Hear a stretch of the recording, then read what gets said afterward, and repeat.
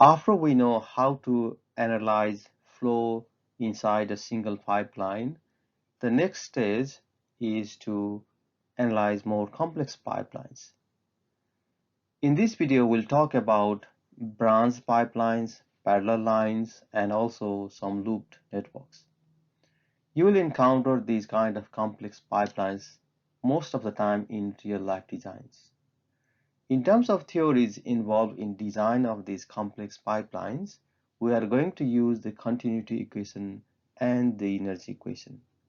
So there is no extra theory involved here in the design or analysis of the complex pipelines. It's basically the application of the continuity and energy equation in the new situation. Now let's look at the example here. We have two reservoirs connected by two different pipes which are in series. So pipe 1 and pipe 2 are in series. Few other information is given: diameters of the pipes, length of the pipes, friction factors, and also the elevation difference between the upstream reservoir and downstream reservoir water level. So that means we know the head loss, right? So if there is no head loss when water flows through this pipe, then water level would have been up to this point, right? Because if there is no water level, no head loss, then the water level at low reservoir should also be the same as the water level at upper reservoir. But there is head loss, and that's why the water level at the low reservoir is only 53 meter. Now we want to find out what are the velocities inside these two pipes. For that, we apply the energy equation and continuity equation. Okay, so we apply the energy equation along a streamline from A to B. So when we say the along the streamline, that means the energies at section A should be the same as energy at section B minus the head losses in between, plus if there is any addition of energy by the pumps. So there are no pumps here, so we just need to include the energy, the losses along the flow. So whatever the energy at A minus the losses should be the energy at B, right? Now, if you look at point A and point B, both are the water levels at the reservoir, which means both are exposed to atmosphere. That means atmospheric pressure is 0, and because they are at the water level, that means the velocity of water at that point is also 0. So which basically the head loss along this line equals to this 53 meter. So energy equation just gives us the head loss along this line is 53 meter. So we need to include all the possible head losses, and writing that equation, the head loss, the different head losses. The first one is the entry loss. So when water enters the pipe, that will be the entry loss. So with the entry loss coefficient K of 0.5 times V1 square over 2G. Then there will be some frictional losses inside pipe 1. So FLV square over 2GD or lambda LV square over 2GD. And then there is a sudden expansion of the pipe from smaller pipe to a bigger pipe. There will be loss, and this is given by this equation V1 minus V2 square divided by 2G. Then after that there will be frictional losses here, and finally the exit loss, right? And that is V2 square over 2G. And that all these losses should be equal to the difference in elevation of water levels, which is 53. And if you rearrange this, the first line of the equation you'll get in this form. Now, if you look at this figure here, there are only two unknowns, velocity 1 and velocity 2. The diameters are known, lengths are known, the friction factors are also known. So we need another equation to solve this problem, and we have this continuity equation. That means the flow at section 1 of the pipe should be the same as flow at a section of pipe 2, right? That means Q equals to area times velocity, we know, which is this charge equals to area times velocity. A1 V1 equals to A2 V2, and substituting the area equals to pi d square over 4 and V1, and similarly pi d square by 4 times V2, we get V1 times V2, sorry, V1 equals to 4 times V2. Now we substitute this relationship in this equation, and we replace all the V1s with 4 times V2, right? All the V1 with 4 times V2, and we get a new equation only with the V2. So we can solve for this, and finally we get, if we solve that equation, we get V2 equals to 0.684 meter per second. Now, once you know the V2, then you can solve for V1 as well, which is 4 times V2. Now, let's look at a little more complex problem.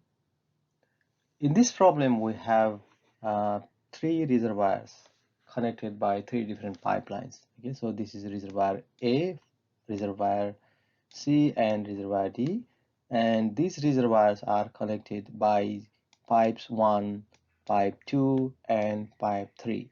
Okay, and the network of pipes are given. From A there is one pipe, which is pipe 1, and at B it is bifurcated, and there are 2 pipes coming from that junction, pipe 2 and pipe 3, right?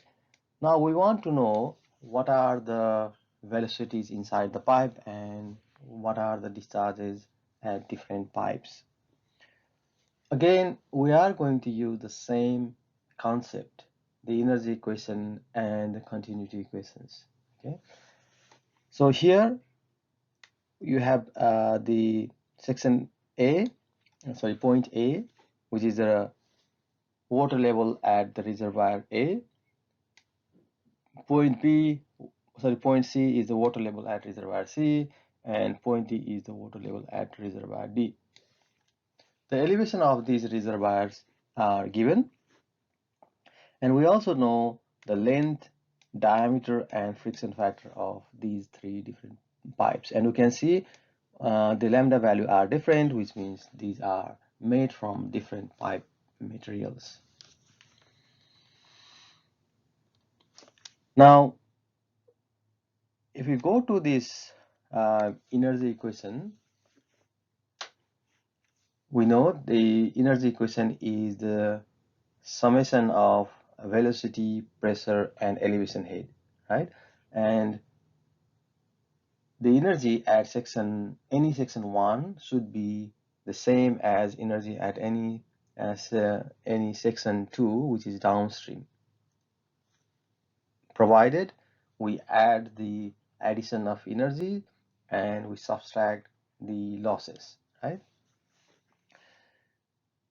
Now first we write the energy equation between A and C. Okay, so this is one streamline, so water particle moves through pipe 1 and through pipe 2 and eventually reach point C. Okay, so for that, in a energy equation, we have the elevation head plus pressure head plus velocity head should be equal to the elevation, pressure, and velocity head at section C plus this energy losses. So if you move it to the left hand side, you subtract the head loss, but if you keep it on the right hand side, then you add, right? So head loss due to friction inside pipe 1 and then pipe 2. So you add these frictional losses along pipe 1 and pipe 2, and then you'll get one equation. Next is the equation between A and D. Okay, so A and D are the 2 points, and again that is another uh, streamline. So from A, water flows here inside the pipe B and eventually reach point D. Okay, so this is another streamline. So we can apply the same concept along that line as well. Total energy at section A should be equal to total energy at section D plus the losses, whatever happened in between. And especially here, we have ignored the minor losses, but included only the major losses. We also know these water levels are exposed to atmosphere, so pressure at A, C, and D equals to 0, and at reservoir surface, velocity A, velocity C, and velocity D are 0. So we can replace some of these variables. So this becomes 0, this becomes 0, D becomes 0, and this velocity also equals to 0.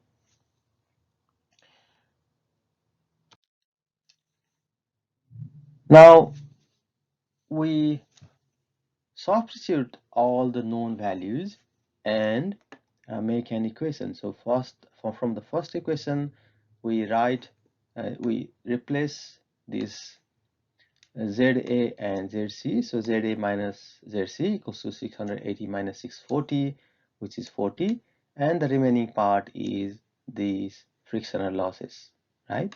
So basically, what it is saying is the elevation difference between reservoir level A and reservoir level C is the head loss along the pipeline, which is frictional loss along pipe 1 and frictional loss along pipe 2. And from that we have this equation in terms of V1 and V2. So in this equation we have V1 and V2, two unknown variables. Now move on to the next equation between A and D, right? So between A and D, we substitute the values again. The head loss is 680 minus 590, which is 90 meter. That should be equal to the head loss along this pipe 1 and pipe 3. And there we get another equation. Now we have two equations but three unknowns. So we have V1, V2, and V3, three velocities unknown, and we have only two equations. So we need to know one more equation. So how we get that one extra equation? By using the continuity equation at section B. At section B, we know water flowing from upstream, the total discharge is Q1, let's say. That should be equal to Q2, that is the discharge flowing in pipe 2 plus discharge flowing in pipe 3, right? So Q1 should be equals to Q2 plus Q3. So that is another equation.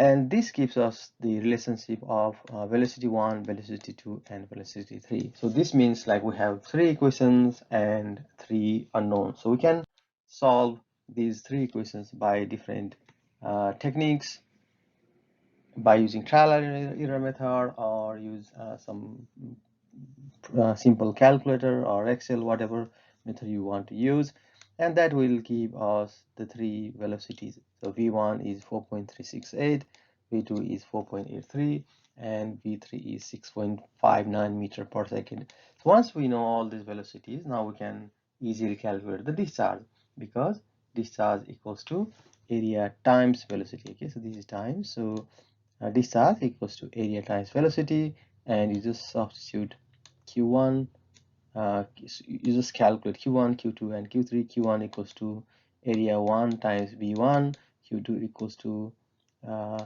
area 2 times V2, and so on.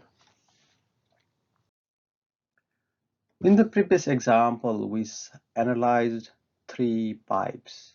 There was a junction, and water flows in that junction from one side, from one reservoir, and it flows out from that junction towards the two reservoirs. So basically there are only three pipes. Now if we have this kind of network of the pipes, then the analysis is more complex.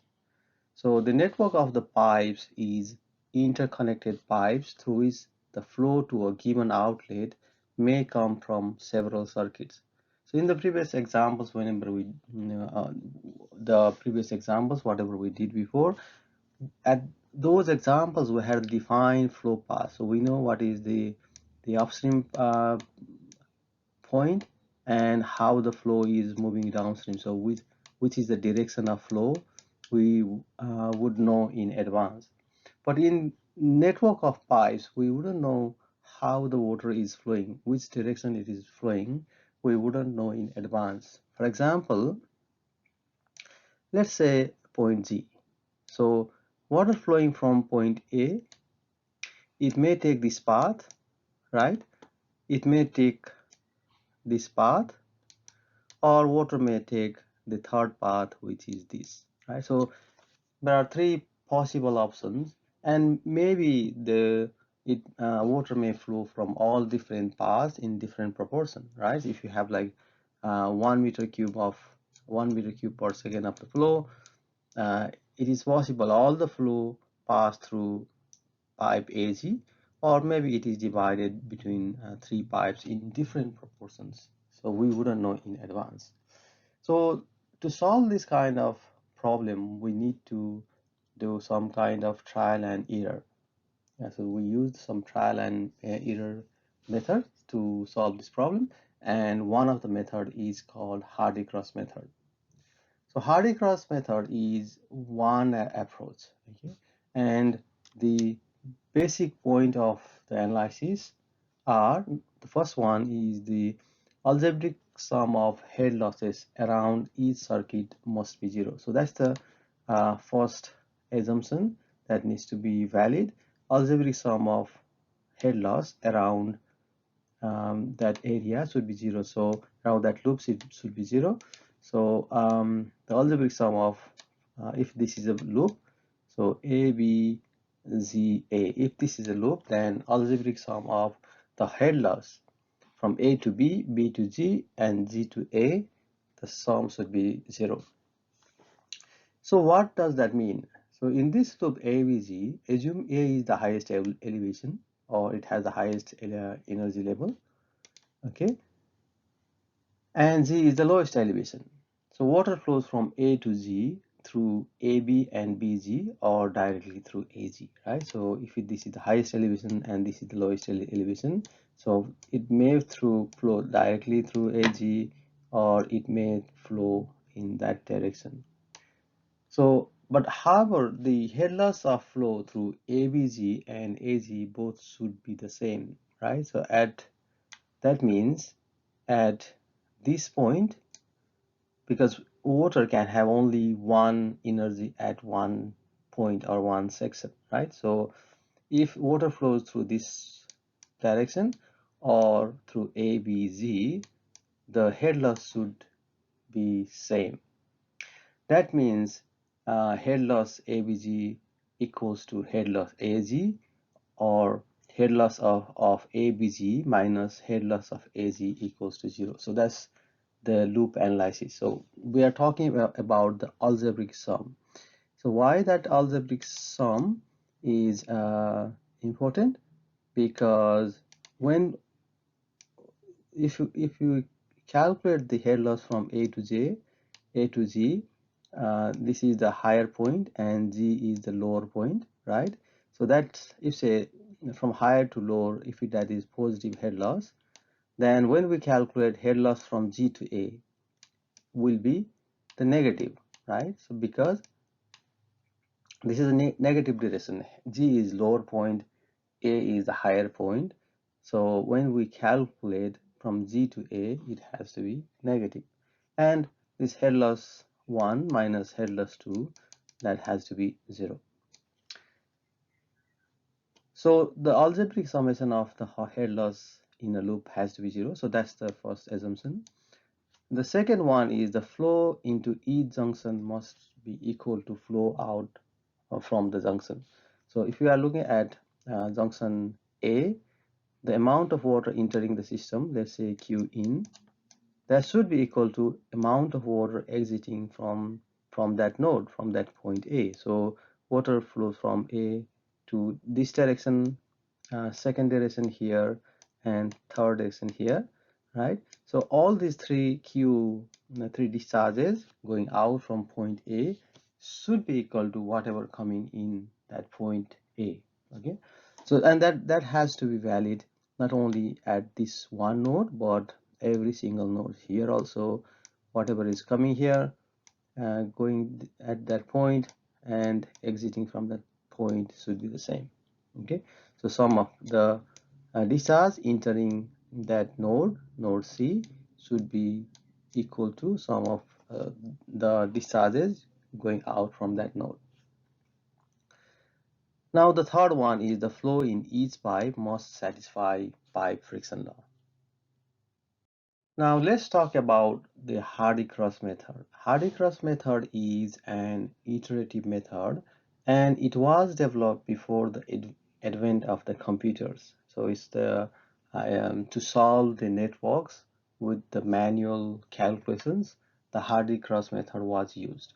Now we don't use the manual calculation, obviously there are softwares available, but it is important to understand how the process works. So the process is as follows. So first you split up the loop. Okay, so you will be given like a big network and you split that big network in small loops. Now once you split the loops, you make a reasonable assumption of flow distribution in the pipe network. So you start from one node and you make the assumption of flow, because at the start we wouldn't know what is the direction of flow and what is the quantity of flow as well. But in the whole network, you know what is the amount entering the system and what is the demand that is going out from the system. That information is required, but once you know that, within the network, within the different pipes, we wouldn't know. That's why we need to split the flows between different pipes. But when we do that, we need to make sure the mass balance at each node is satisfied.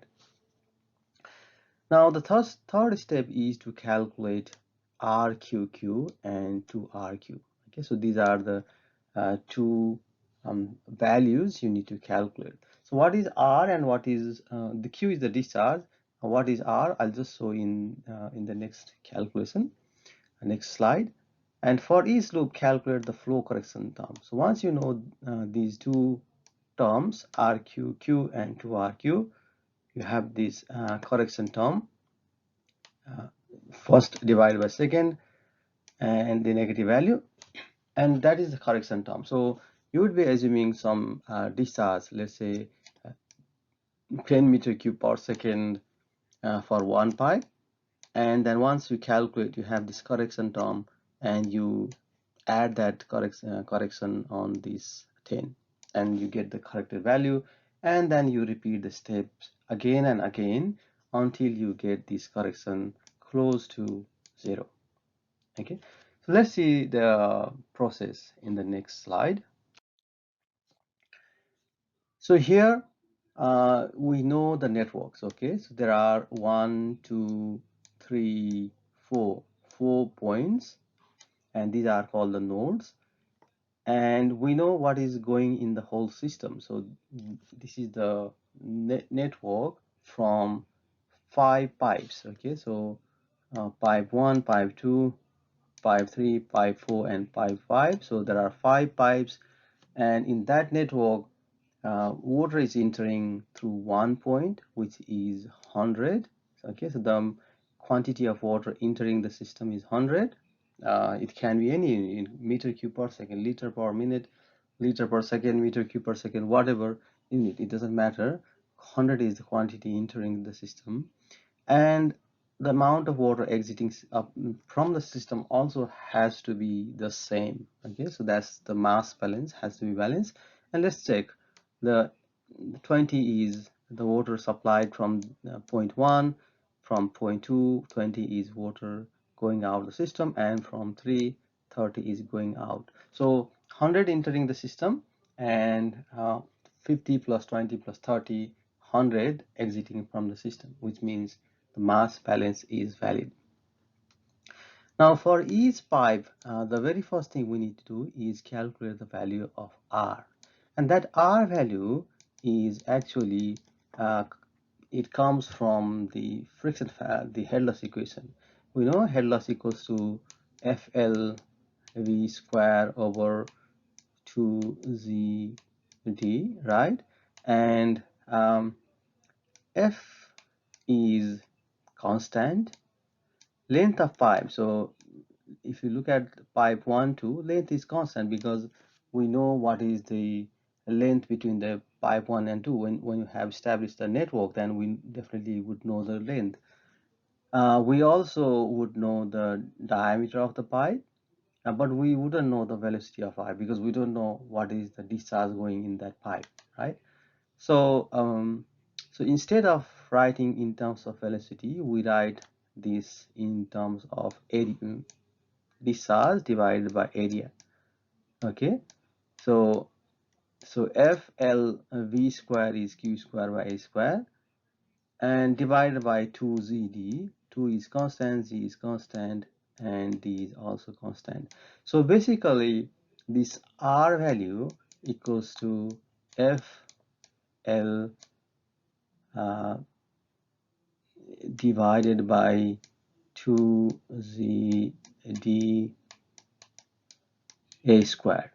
Okay, so R value is FL2ZD divided by A square, and head loss equals to RQ square. Okay, and if you look at this R equation, all the values are constants. Once you know the diameter of the pipe and once you know the length of the pipe, then you can the value of R is fixed. So friction factor is constant, length is constant, GDA is constant. So when you do the loop analysis, the first thing you need to do is calculate R value. So that will make the calculation easy. So it's not required, but it makes the calculation easy because for each pipe there will be one R, and you multiply it with the Q square and you get the head loss. Now first, before you start, once you calculate R value, the next is to split the network in different loops. So you name the loop. So you name this is loop 1 with the pipe 1 3, this pipe 1 3 3 4 and 4 1, and the second loop is 1 2 2 3 and 3 1, right? So this is second loop. And in the loop 1 you have you know this 4 1 1 3 and 3 4. In loop 2 you have 1 2 2 3 and 3 1 pipe, and you can see this 1 3, this diagonal pipe, is on both pipes, sorry, both loops. So that's important to remember. This is in both loop, and that has special meaning in the calculation that I'll show next. Okay, so now you have defined the loops. The next step is to uh, assume this flow direction. Okay, so first you need to assume the clockwise flow is positive. Okay, if the flow is within the loop, if the flow is clockwise, it is positive. If the flow is anti-clockwise, that is negative. So that's one thing you need to remember. And you can assume the other way around. So anti-clockwise positive is also fine, but you need to be consistent with your assumption. Now let's say we assume the clockwise is positive. Okay, so this clockwise is positive, and here for number 2 also clockwise is positive. So for all loops, clockwise flow is positive. The third step, once you assume the direction of flow, which one is positive, now you distribute the flow in all pipes. First, you assume the flow. Okay. Now you know you start with one node. In this node, you know 100 is the quantity entering the system. So you start with that node. So better start with the node where the water is entering the system, and then you split that in two pipes. So in that water will flow out in pipe 43 and pipe 41. Now, what is the distribution of the flow? Is it 30-70 or 10-90 or 50-50? We don't know, right? So we can make any assumption, okay? So you can assume like this is 50 and this is also 50, or you can assume this is 10 and this is 90, or you can assume this is 10 and this is 90. Whichever value you choose, that is fine. Yeah, it's better not to assume too extreme. So obviously you can't, you can, but it's not very good if you assume this is 0 and this is 100. But obviously you cannot assume this is 120 and this is some other value, because you need to make sure the mass balance is correct. The only thing you need to make sure here is the summation of the two assumptions should be equal to 0, right? So the first assumption here, this is 30 going in this direction 70. That means 70 plus 30 equals to 100, right? Now you move on to the next point. This point here, 70 is coming in and 20 is going out from the system. So the remaining water is 50. So that 50 you divide between these two pipes. Again, that 50 you can divide 25 and 25. Here we divided in 15 and 35. Okay, so that's also fine. Now you move on to the next node here, and here 15 is coming. We have already made calculation, and 50 is going out, right?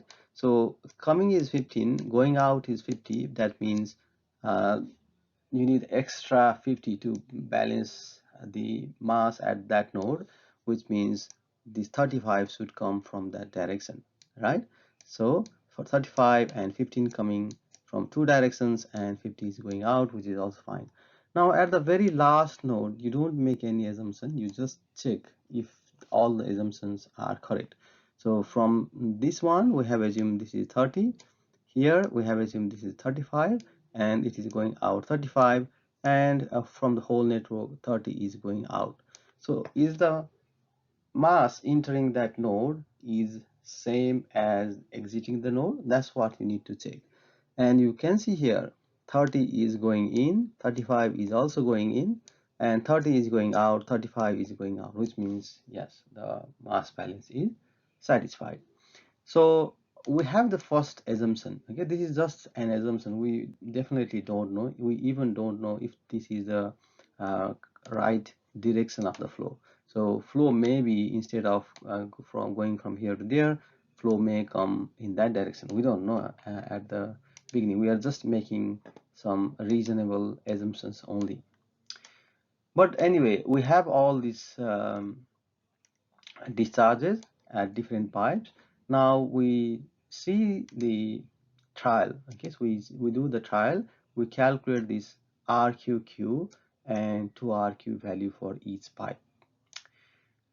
So that one we do in the loop wise. So first loop, three pipes, 41, 13, and 34. So you need to um, take the all the pipes. And what are the discharges? 41 is 70. Okay, so going in this direction is positive, so that is 70. Next one is 1 3. So you can see this is the clockwise direction, right? This is clockwise direction, so this is also clockwise, so that is positive 70. 35 also in this direction, which is also clockwise, so positive, whereas 30 is in this direction, which means anti-clockwise, right? So that is negative. So that's the important point you need to consider when you write this Q value. What are the discharges for each pipe? It is important that you use the correct sign based on the flow direction.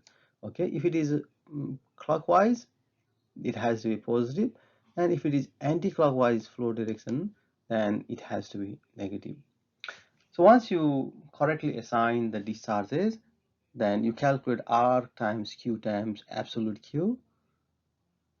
Okay, and that means when you multiply RQQ, if discharge is negative, you should get RQQ also negative. If it is positive, you will get positive. And similarly, you calculate 2R absolute Q, and this is the Q is absolute, which means you multiply 2 times R value of this 41 times Q is 70, that is 840, and this is all positive. So 2RQ is always positive. RQQ is positive or negative depending on the sign of the discharge. Okay. Now you have calculated for this RQQ and 2RQ. Now you can calculate the correction factor delta Q, which is RQQ by 2RQ, right? So we calculate the correction factor for that particular loop. So summation of RQQ is 28,575 and 2RQ is 1350, and the value is negative, and that's why the correction is 21.2.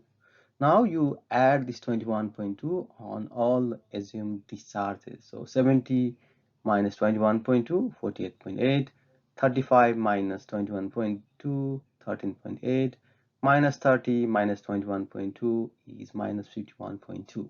Okay. Now we have corrected discharge for the first loop.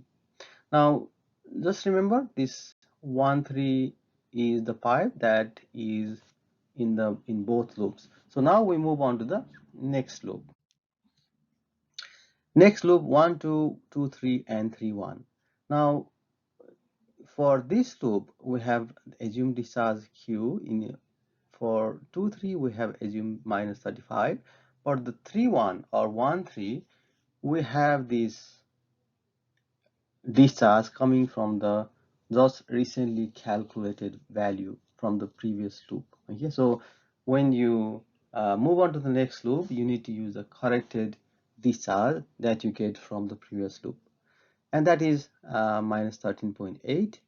And from after that you get RQ. Again you calculate RQQ to RQ for all of these pipes, sum them up, and you get the correction factor. So this is same here, 2RQ divided by 2, sorry, RQQ divided by 2RQ, and this is 11.1. So plus 11.1. Now you add these values to the discharge. So 15 plus 11.1 minus 35 plus 11.1 is 23.9, and minus 13.8 plus 11.1, which is minus 2.7. Okay, now we have the corrected one. Now you go back to the first loop again, and you repeat the process. So when you go to the first loop, this 3-1 pipe is shared, so you need to use this discharge for 3-1 pipe, but for other pipes, whatever you have, you get the correction from the previous analysis, you'll use that. All right, so here these are the different iterations. So first we have finished. This is the second iteration, and loop 1, you see for pipe number 1T, we are now using the corrected value 2.7, and finally you calculate RQQ and 2RQ, and the corrected value is 47.7, 1.6, and 52.3. Now this 1.66 you bring it to the next loop. Okay, and you bring it to the next loop, and the other two pipe discharges are the corrected discharge from the previous iteration, and you keep on going until you see this delta Q is very close to 0. So in second iteration you can see minus 1.1 and 3.3 the error, and in the third iteration you can see in the first loop is 0, and in the second loop 0.1. So we can now confidently say that because the error is very small, only 0.1 in one loop, you can assume this is the final distribution. Okay,